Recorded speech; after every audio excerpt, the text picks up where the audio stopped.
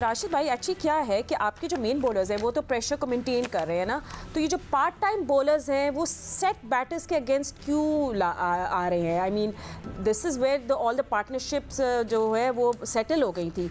तो ODI match है, you have to think and plan this.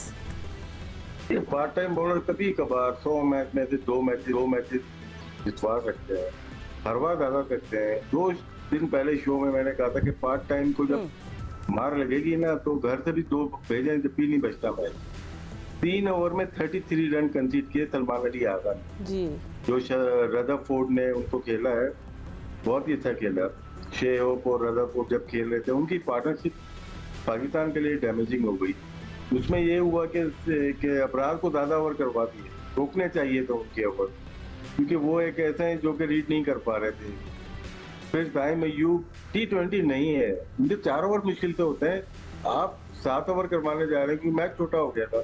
नहीं हो सकते पार्ट टाइम बॉलर के 7 ओवर 10 ओवर, ये चिपिन करते हैं क्योंकि हमें बहुत तजर्बा इस बात का था। हम 4 बॉलर से जाते थे, सलीम मलिक, आमिर सोहेल शेयर करते थे बॉलिंग को अपनी, किसी ने 6 कर लिया, किसी ने 4 कर लिया, और ऐसे वक्त जब विकेटें गिरी होती थी, जब आगे पार्टनरशिप लगी हुई उसमें पार्ट टाइम आएगा तो मैच हरवाने के लिए आएगा।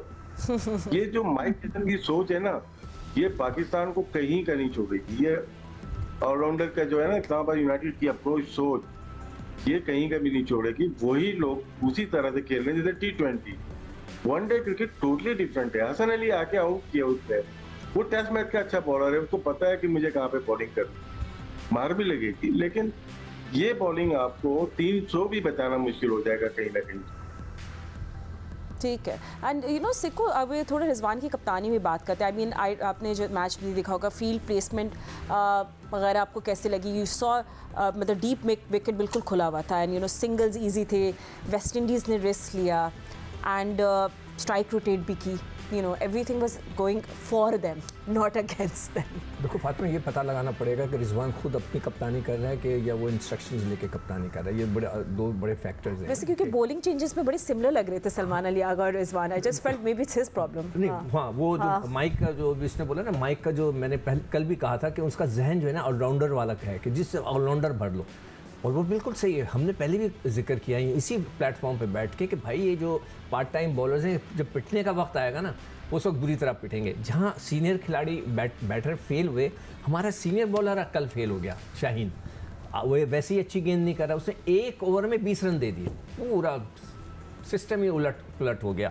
और वो जो बात हो रही है कि जो 2 बॉल उन्होंने 7 ओवर कराए, साइम ने और उसने सलमान अली आगा ने, और 66 रन दिए, और जिसकी एवरेज तकरीबन 9.42 बन रही है।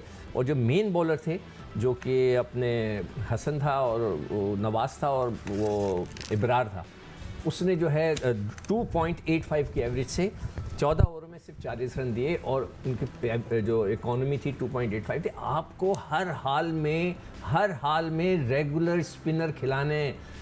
क्रिकेट बोर्ड, PCB, नकवी साहब, प्लीज़ समझाएं उसको, ये पार्ट टाइमर्स से आप फंसेंगे। वहाँ पे इंडिया आएगा, वहाँ अफगानिस्तान आएगा, श्रीलंका होगा, Bangladesh, they know how to play the spinners. Part timer को लपेट लेंगे। आपको, मुकीम को और इब्रार को हर हाल में खिलाना है। फिर आपके पास मोहम्मद नवाज होगा, ये 3 हो गए आपके पास स्पिनर। बाकी फास्ट बॉलिंग में बड़ा मुझे मज़ा नहीं आ रहा। शाहीन की पिटाइयाँ हो रही हैं, इसको नसीम शाह जो है वो बिल्कुल ही अनफिट लग रहे हैं। सिर्फ आजकल उसने हसन ने अच्छी बॉल की, तो you have to find some bowlers, किसी को लाना है अंदर। ये मुझे नहीं समझ में आ रहा कि ये किस तरह चलेगा। You know Ahmed, I wanted to talk to you about bowling, but just one issue जो मैं आपसे एड्रेस करना चाह रही थी और हमने बात नहीं की, वो थी 120 डॉट बॉल्स। आई मीन ठीक है, इट्स ODI मैच, हमें आपको वो T20 का स्ट्राइक रेट नहीं चाहिए। आपकी pitch is demanding singles, but why have singles become such a luxury? I mean बहुत फ्रस्ट्रेटिंग था हमारे लिए कल मैच देखना। देखिए, ये कोई एक दिन की नहीं है। या तो होना कि आप अपनी सारी क्रिकेट जो है दुबई में खेल रहे हैं, तो समझ आती है कि ठीक है आपके स्ट्राइक रेट्स इतने हैं। आप ज्यादातर क्रिकेट फ्लैट पिचेस पे भी खेलते हैं, तो आप इसी तरह ही खेलते हैं। आप देखिए उठा के, आप B, C, D टीम्स के खिलाफ भी खेलते हैं, तो आप इसी तरह खेलते हैं। तो ये आपकी एबिलिटी शो करता है कि आप में एबिलिटी इतनी है। हालांकि फॉर एग्जांपल हम जब खेल रहे थे, जब अपनी मिसालें देनी नहीं चाहिए, तो 1-2 चौथे स्टंप पे जाके आउट भी हो जाते थे ना, तो पूरी मीटिंग हम पे हो जाती थी कि ये आपने शॉट क्यों मारा, देखें बॉल कितना। आपको तो कोई कुछ कहते ही नहीं है, आपको तो अवाम या हम लोग सिर्फ बैठ के ये कह रहे हैं कि तेज खेलना है, फिर भी आप लोग नहीं खेलते हैं। अच्छे पिचेस पे आप लोग जो है ना स्लो स्ट्राइक रेट से खेलते हैं, थोड़ा ट्रिकी पिच आ जाए वहां तो आपको जो है ना जिस तरह लाइसेंस मिल जाता है स्लो खेलने का, 2 ऊपर से आउट हो जाए तो लाइसेंस मिल जाता है स्लो खेलने का। आपकी क्रिकेट चेंज हो गई है, दुनिया अब दूसरी तरफ, आपने अगर दुनिया के साथ कंपीट करना है तो ऑब्वियसली आपको उन्हीं की तरह खेलना पड़ेगा। और आप देखें कि दुनिया 2 आउट होती है, 3 आउट होती है, उनके पास इस तरह के प्लेयर्स मौजूद हैं अपनी लाइनअप के अंदर कि वो स्ट्राइकर उठा के रखते हैं, वो रिस्क लेते हैं, जरूरी नहीं, और वो आउट भी नहीं होते हैं, वो पोटेंशियल वाले प्लेयर हैं। हमारे पास आप देख लें किसी को मौका ही नहीं दिया जा रहा है, वही सीनियर प्लेयर्स आपको नजर आते हैं जो लाइबिलिटी बन के रह गए टीम के ऊपर।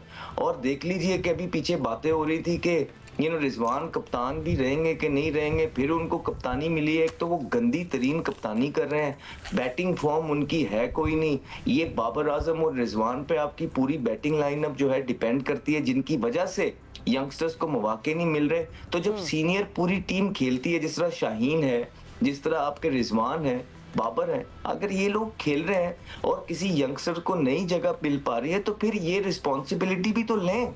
अदरवाइज अगर आपने हारना ही है तो आप यंगस्टर डेवलप करके क्यों नहीं हार रहे?